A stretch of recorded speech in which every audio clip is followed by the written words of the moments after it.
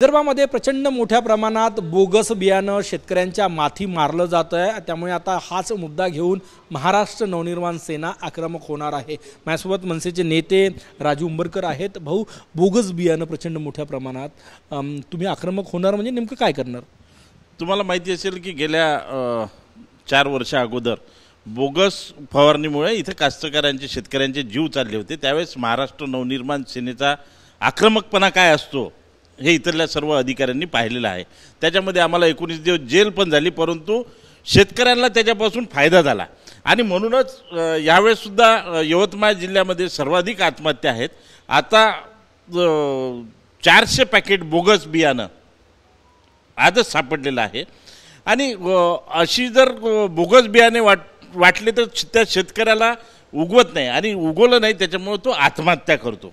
आणि असा जर प्रकार झाला आणि सरकारचे जर डोळे उघडत नसतील तर आम्हाला नाइलाज असतो, जो बोगस बियाणे विकतो त्याचं कंबरडं मोडावं लागेल, त्याला महाराष्ट्र नवनिर्माण सेने टाईप त्याला धाक दाखवावं लागेल, तरच ते कुठेतरी थांबेल असं मला वाटतं। तुम्ही काय करणार? तुमच्या सैनिकांना आदेश देणार की तुम्ही बोगस बियाणं शेतकऱ्यांपर्यंत पोहोचू नये यासाठी, किंवा मनसे स्टाईल आंदोलन म्हणजे नेमकं काय करणार? एक तर महाराष्ट्र नवनिर्माण सेनेच्या इथं प्रत्येक जिल्ह्यामध्ये जिल्हाधिकाऱ्यापासून सर्वांना निवेदन आमचे एक स्टेप झालेली आहे की कुठेही बोगस बियाणे विकल्या गेले नाही पाहिजे, शेतकऱ्यांना त्रास झाला नाही पाहिजे।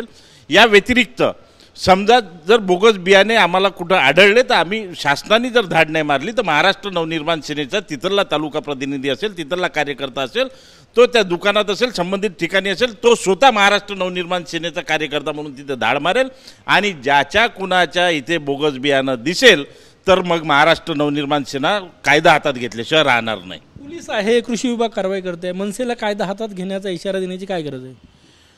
पोलीस आहे, प्रशासन आहे, तर मग आत्महत्या का थांबत नाहीत?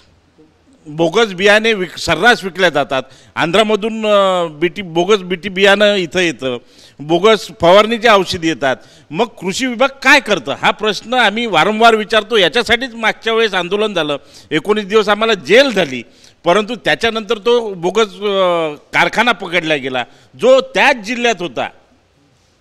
एसपीच्या ऑफिसपासून हाकेच्या अंतरावर 50 किलोमीटरवर तो कारखाना होता आणि मग आम्ही आंदोलन केल्यावरच यांना का सापडला तो? म्हणजे असे भरपूरसे प्रश्न आहेत की जे कास्तकाराच्या जीवावर उठलेले आहेत आणि जो कोणी शेतकऱ्याच्या जीवावर उठेल त्याच्या जीवावर महाराष्ट्र नवनिर्माण सेना उठल्याशिवाय राहणार नाही। धन्यवाद। नक्कीच महाराष्ट्र नवनिर्माण सेना आक्रमक होणार आहे, मनसे स्टाईल आंदोलन करू, गरज भासल्यास कायदा हातात घेऊ असा इशाराच मनसेच्या नेत्यांनी दिला आहे। कॅमेरामॅन सचिन सयामसह गजानन उमाटे, TV9 मराठी, नागपूर।